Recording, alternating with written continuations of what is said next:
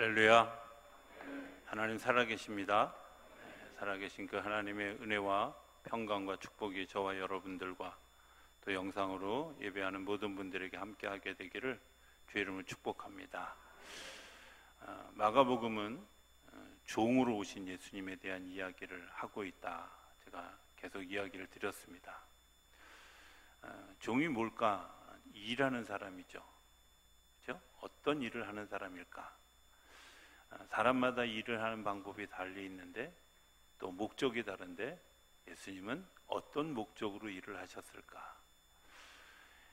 예수님이 마태복음은 왕으로 오신 예수님, 또 마가복음은 종으로 오신 예수님을 이야기하는데 마태복음은 그의 아이덴티티, 정체성이 왕이라는 겁니다. 다스리는 자고 권세 있는 자고 대표하는 자라는 의미를 가지고 있는 반면에 종은 사람을 살리는 일을 하시는 예수님을 이야기하는 거죠. 예수 믿는다는 건 뭘까? 내 아이덴티티가 나는 왕같은 제사장입니다 라는 것과 또 주님께서 일하시니 나도 일하십니다 라고 고백하는 일들이죠. 어떤 일을 하는 걸까? 그것은 사람의 생명을 살리는 일, 사람의 영혼을 구원하는 일에 내가 같이 동참하는 것, 그게 예수 믿는 사람들의 정체성이다 이렇게 생각하면 됩니다. 범위가 나는 뭐라고요? 나는 왕같은 제사장이라고. 여러분들이 내가 일하지만, 내가 수고하고 애쓰지만 분명한 것은 나는 하나님의 나라를 하나님의 나라에서 다스리는 왕같은 제사장들이라는 사실을 잊어버리지 않게 되길 바랍니다. 일하는 일이 행복해지죠. 그리고 그것 때문에 보람이라는 것을 느끼게 되어진다고 생각이 되어집니다. 예수님이 자신을 드러내지 않다가 자신을 드러내는 시점이 베드로의 고백으로부터 시작되어졌다고 말씀드렸습니다. 베드로의 고백은 뭐냐? 주는 그리스도이십니다. 살리는 자이십니다. 구원자이십니다. 이런 뜻이죠. 주님은 무엇 때문에 일하시냐면 우리를 살리기 위해 일하시는. 살린다는 게 뭘까? 예수님이 십자가에서 죽으셨습니다. 어떻게 죽으셨느냐? 죽기 위해 왔고 죽으셨습니다. 그게 무슨 일이냐? 이렇게 생각할지 모르지만 예수님은 자신이 제물이 되는 죽음을 겪었습니다. 구약시대에 제물이 되는 그런 그 양들, 소들을 보게 되죠. 그들을 잘 잡아다가 거룩한 이제 동물을 잡아다가 각을 뜨고 그리고 그들을 태워서 하나님 앞에 올려드렸죠. 예수님이 마가복음에서 살았던 삶의, 복음서에서 살았던 삶의 모습은 정결함이었고 그리고 순결함이었습니다. 이유가 뭐냐? 제물이 되기 위해서죠. 예수님이 마음대로 자기 하고 싶은 대로 한 것이 아니라 내가 제물이 되기 위해서, 영혼들을 살리기 위해서 제물이 되기 위해 내가 거룩하게 살았고 내가 하나님과 교제하며 살았고 하나님과 동행하며 살았고 하나님의 역사하심 따라 살았고 눈치 되게 없는 우리 교인들 여전합니다. 그죠? 그렇게 살았잖아요. 그러면 주님께서 일하시니 나도 일하시는 거죠. 주님께서 그렇게 사셨으니까 나도 그렇게 살아가는 거죠. 주님께서 일하신다는 의미는 뭘까? 내가 기꺼이 제물이 되어서 죽겠다 하는 겁니다. 기꺼이 제물이 되어서 죽을 수 있다는 것, 그래서 예수님이 베드로에게 내가 죽을 것이다 그리고 다시 살아날 것이다 얘기하니까 베드로가 뭐라 그래요? 안 됩니다. 예수님을 여전히 예수님으로 보고 있는 건데 예수님은 내가 제물이 되어져서 영혼을 구원하는 일에 쓰임받을 것이다 라고 얘기했지만 우리의 한계, 우리의 지식의 한계는 예수님의 그런 말을 이해하지 못했어요.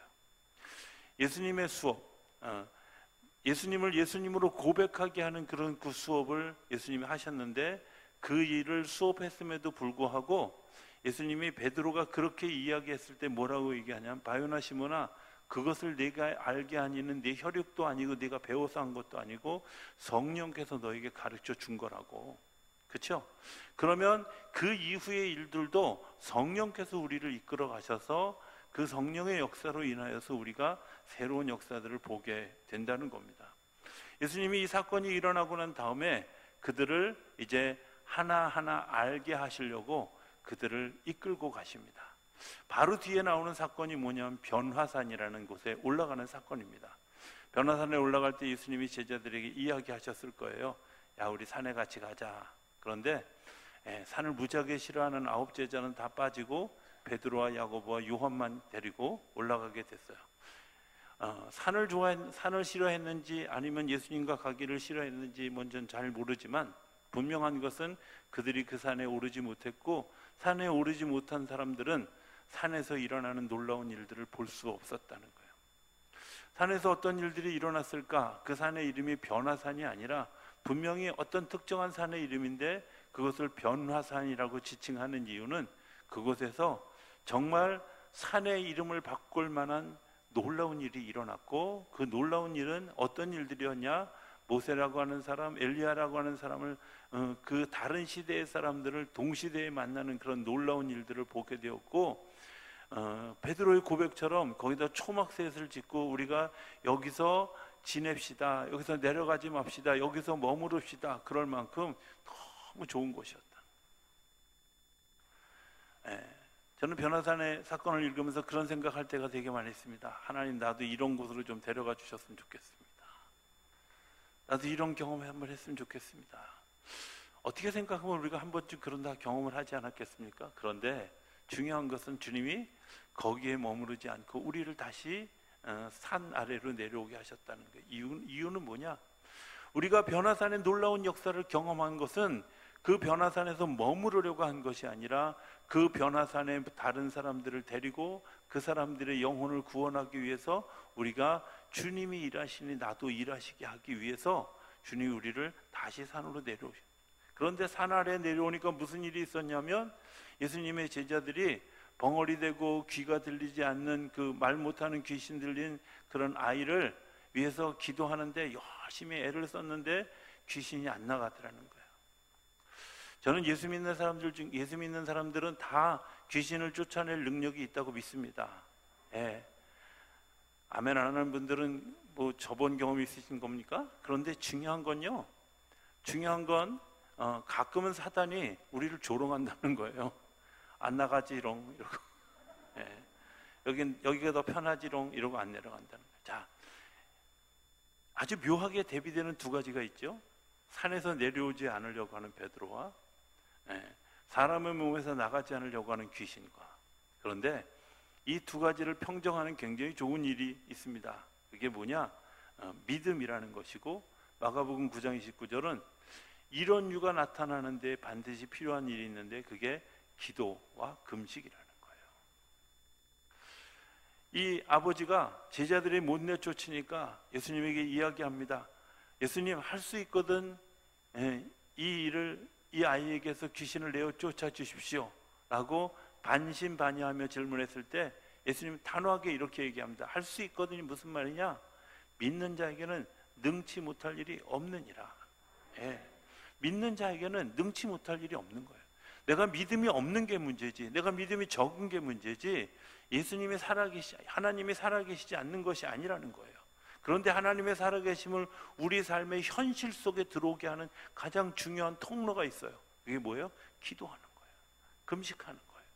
내가 하나님 앞에 나를 내려놓고 하나님 앞에 기도할 때 하나님의 놀라운 역사들이 경험되어져요. 이렇게 예수님의 제자들이 한 걸음 한 걸음 예수님을 알아갑니다. 그런데 오늘 본문에 가면 좀 불편한 진실 하나를 발견하게 됩니다. 18절에 보면 이렇게 얘기합니다. 다 앉아 먹을 때 예수께서 이르시되, 띄어봐 주세요. 내가 진실로 너희에게 이르노니 너희 중에 한 사람 곧 나와 함께 먹는 자가 나를 팔리라 하신대. 자, 12명의 제자들이 다 같이 밥을 먹는데요, 예수님이 굳이나 너희 중에 한 사람이 나를 팔게 될 것이다. 예수님이 알고 있었을까요? 알고 있었을까요? 누군지는 알았을까요? 네, 알죠. 예수님이 막연하게 여러분들 12 중에 한 사람이 나를 팔 겁니다 이렇게 얘기했다면 예수님이 이야기하지 않을 뿐입니다, 성품상. 그런데 누군지 분명히 압니다.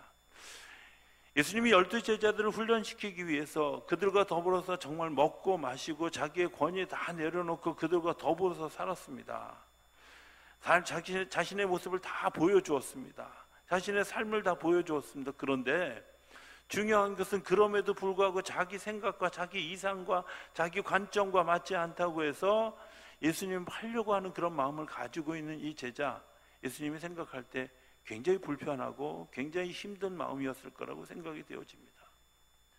배반을 당해본 경험이 있는 분들은 아실 겁니다. 굉장히 힘들죠. 어려운 그 마음. 그런데 예수님이 그럼에도 불구하고 여전히 이 사람에게 관심이 있다는 거예요.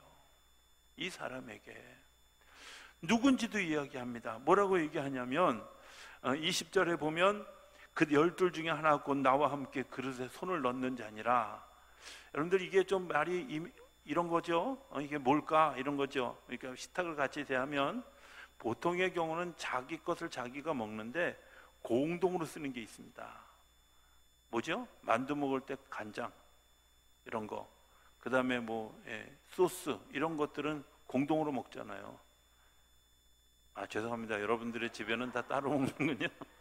우리 집은 안 그러는데 표정들이 다 따로 먹는 그 공동의 그릇에 손을 넣는 자, 바꿔 얘기하면 네 사람 중에 하나, 누구라고 똑딱 지칭하진 않았지만 내가 같이 먹었던 그 사람은 아는 그 일을 위해서 예수님이 넌지시 초청해 주시는 거예요. 자, 왜 초청할까요? 저는 이 초청이 굉장히 중요한 의미가 있다고 생각하는데 이사야서 55장 7절은 그 초청을 하면서 이렇게 이야기합니다. 악인은 그의 길을, 불의한 자는 그의 생각을 버리고 여호와께로 돌아오라.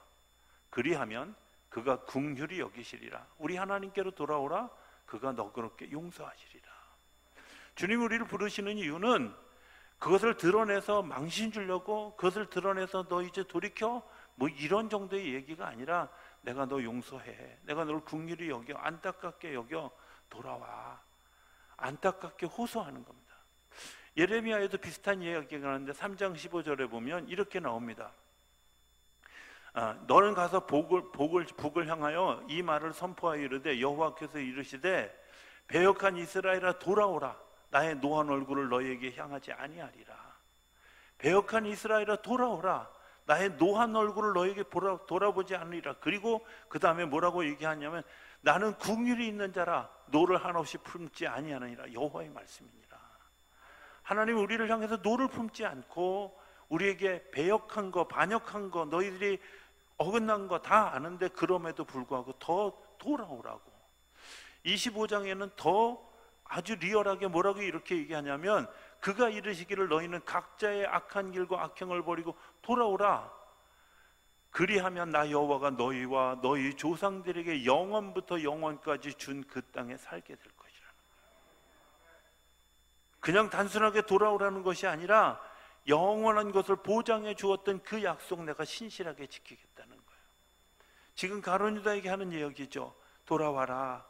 네가 그렇게 해서 얻어질 것도 없고 네가 그것 때문에 후회할 일들밖에 없는데, 그리고 나를 반역한 것 때문에 내가 상처받아서 이렇게 얘기하는 게 아니라 너에게 좋은 것을 주려고, 너를 용서해 주려고, 내가 약속한 것을 너에게 주려고 너를 부르는 거야 하고 말씀하시는 거예요.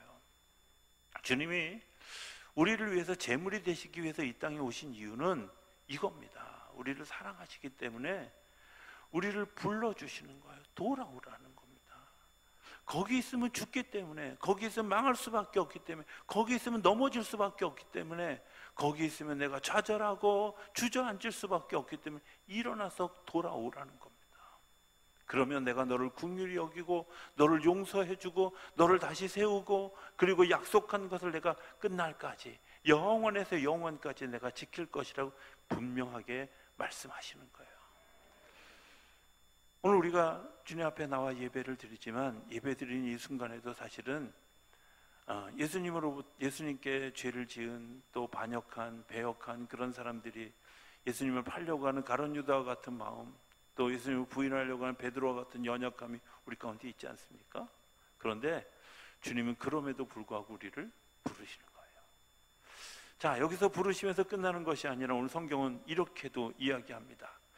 그를 향하여서 뭐라고 얘기하냐? 21절, 그 사람에게는 화가 있으리로다. 그 사람은 차라리 나지 아니었으면 자기에게 좋을 뻔하였느니라. 이렇게 험악한 사람임에도 불구하고 22절에는 뭐라고 얘기하냐면 그들이 먹을 때 예수께서 떡을 가져서 축복하시고 떼어 제자들에게 주시며 이르시되 받으라 이것은 내 몸이니 라고 이야기하는. 여러분들 왜 이 몸이 중요할까? 지금 예수님이 하는 식사는 누구나 다 보편적으로 하는 식사예요. 식사. 그죠? 저는 모든 사람이 다 상 받는 사람들이라고 생각해요. 여러분들 아침에 다 상 받으셨어요? 밥상. 그죠? 여러분들은 테이블 쓰시는군요. 밥상 안 쓰고. 밥상 다 받잖아요. 예수님이 가장 보편적인 것을 가지고 우리에게 다가오셨어요. 그런데 우리가 하루에 3번씩 먹는 그 밥을 밥으로 여기고 먹는 사람들은 내 육체만 건강하게 할 뿐이지만, 지금 내가 너에게 묘한 뉘앙스를 던져주는, 묘한 이제 약속의 말씀을 다시 던져주는데, 이거를 받아 먹어라. 이걸 받아 먹을 때 너희들이 떡인데 떡으로 보지 말고 내 몸이라 하는 것을, 이 미닝을 이해하라, 이 의미를 이해하라는 거예요. 그러면 떡을 먹었지만 떡이 내 안에 들어와서 예수님의 몸처럼 우리의 삶에 활력을 주어서 생명력을 불어넣게 하시는 겁니다. 환자들을 위해서 성만찬을 하는 경우가 많이 있는데요, 이것은 너희를 위해서 주는 내 몸이니 라고 그것을 믿음으로 받아들이는 사람에게 놀라운 것은 주님의 몸이 우리 가운데 임하신 것 때문에 생명의 역사들이 일어나면서 회복되고 낫는 일들이 일어나요.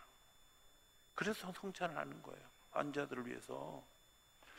여러분들이 떡을 대할 때 주님 이게 떡입니다 라고 먹는 사람과 주님 제가 믿음으로 이것이 주님이 나에게 주시는 몸입니다 라고 받는 사람은 분명히 다른 거죠. 주님이 우리 안에 오셔서 새로운 생명의 역사를 만들어가게 하시는 것이죠. 죽었던 우리의 몸, 배반할 우리의 몸, 거역할 우리의 연약한 몸이 주님의 담대함으로 우리가 새롭게 서는 그 만찬, 그 성찬, 그 떡을 우리가 대하는, 주님이 제자들에게 나눠주시면서 네가 배역할 거, 반역할 거, 네가 부인할 거 내가 다 알아. 너희들이 내가 죽을 때 뿔뿔이 흩어져서 다 도망가게 될 거 다 알아. 그런데 그럼에도 불구하고 너희들이 기억해야 될 것이 있는데, 하루에 3번씩 밥 먹을 때마다 한 번이라도 기억하면 너희들의 삶에 새로운 역사가 열려질 것인데, 이거 내가 너희에게 주는 내 몸이야 라고 이야기하는 거예요.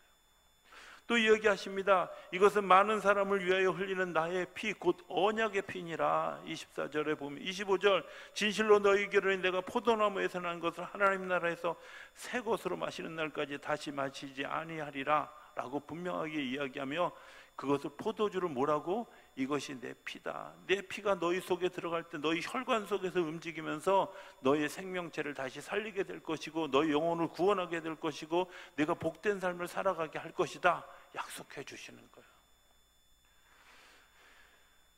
떡이 되기 위해서 몸이 되어지려면 주님의 몸을 떼어야 됩니다. 주님은 기꺼이 당신의 몸을 떼어서 우리에게 나누어 준 거예요. 주님은 당신의 피를 우리 속에서 뽑아서 당연히 우리에게 나눠준 것, 그걸 생명이 나누어진 것, 그것 때문에 우리에게서 소망이 생기게 되어졌어요. 자, 그런데 이렇게 되어졌음에도 불구하고 베드로는 여전히 부인했고 가룟 유다는 예수님이 팔게 되었어요.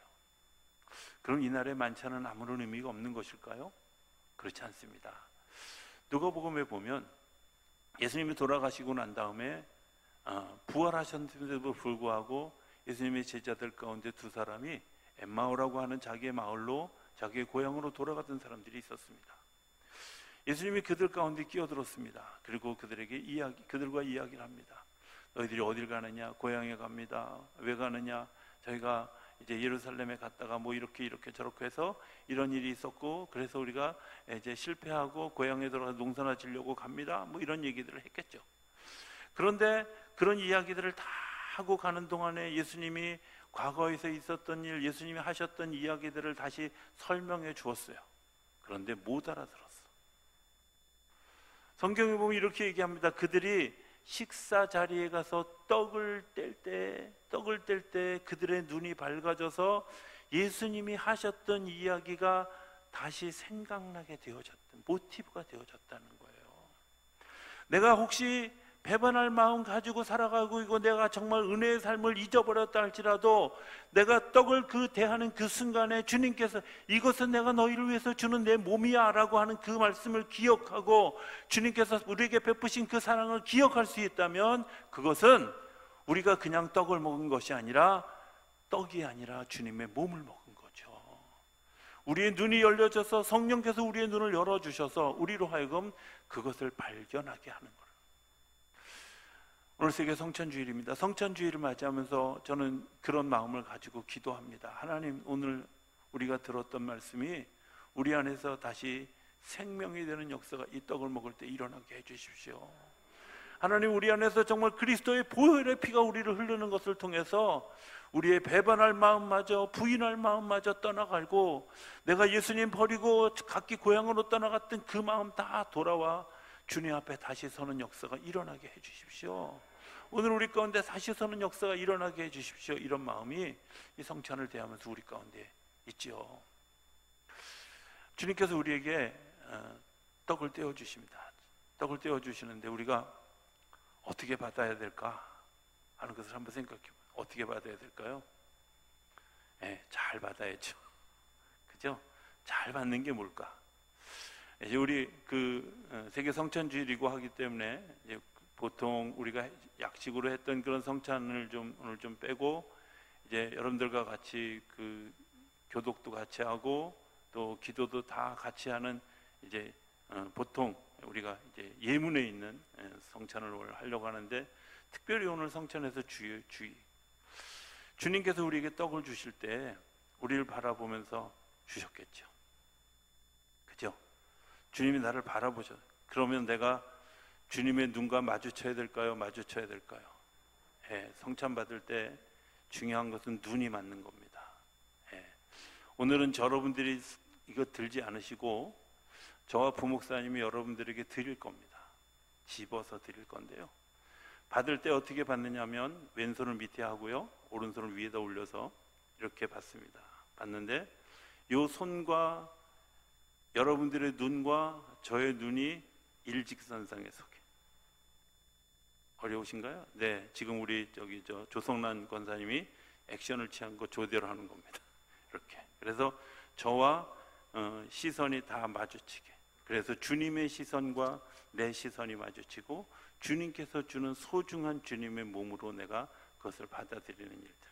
그래서 제가 나눠드리고 그리고 바로 가면 이제 장로님들이 서 계실 텐데 앞에 아무도 없으면 맨 끝에 있는 잔을 여러분들 드십시오. 왜냐하면 가까운 데 있는 걸 드시면 뒤에 분이 기다리셔야 됩니다.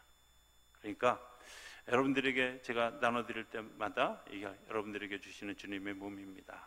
여러분들 아멘 하고 받는 겁니다. 예?